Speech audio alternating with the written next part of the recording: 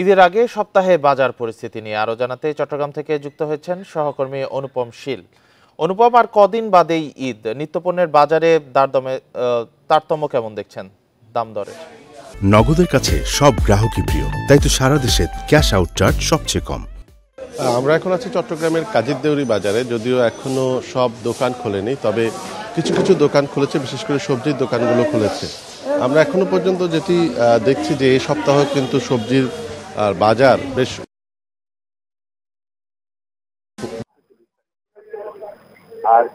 20 টাকা পর্যন্ত বেড়েছে।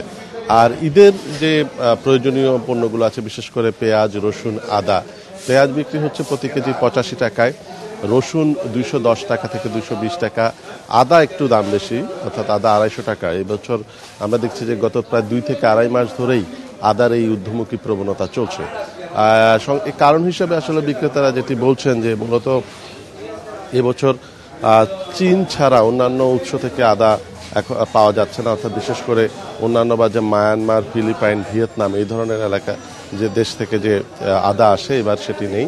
ডলারের দাম বৃদ্ধি, এছাড়া সংশ্লিষ্ট দেশগুলোতে কিন্তু বুকিং রেটও বেশি, এই জন্যই আদার এই অবস্থা।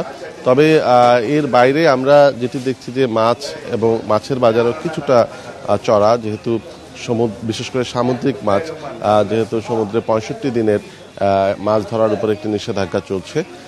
তবে একটু সুখবর আছে মুরগির বাজারে। বিশেষ করে আমরা দেখছি যে ব্রয়লার মুরগি সেটি কেজি প্রতি বিক্রি হচ্ছে 180 টাকা, 190 টাকা।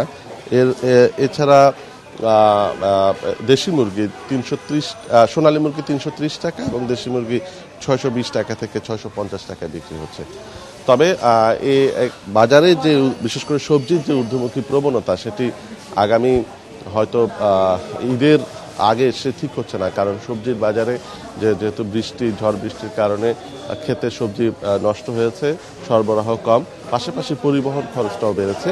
এই জন্যই বিক্রেতারা বলছেন যে আসলে সবজির বাজার হয়তো ঈদের আগে আর কমার কোনো সম্ভাবনা নেই। তবে ঈদের পরে হয়তো চাহিদা কমলে সেক্ষেত্রে কিছুটা পরিবর্তন হতে পারে। ঈদের আগের নিত্যপণ্যের বাজার পরিস্থিতি নিয়ে জানাচ্ছিলেন সহকর্মী অনুপম শীল।